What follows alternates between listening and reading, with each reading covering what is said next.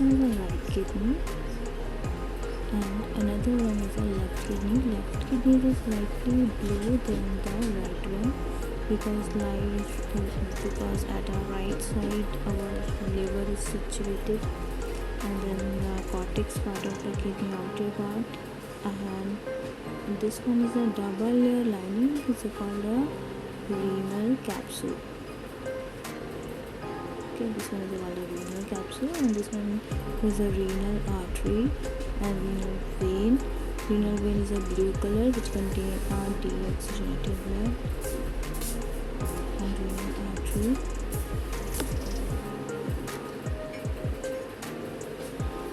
And the ureter, urinary bladder, which is stored 300 to 400 ml of urine.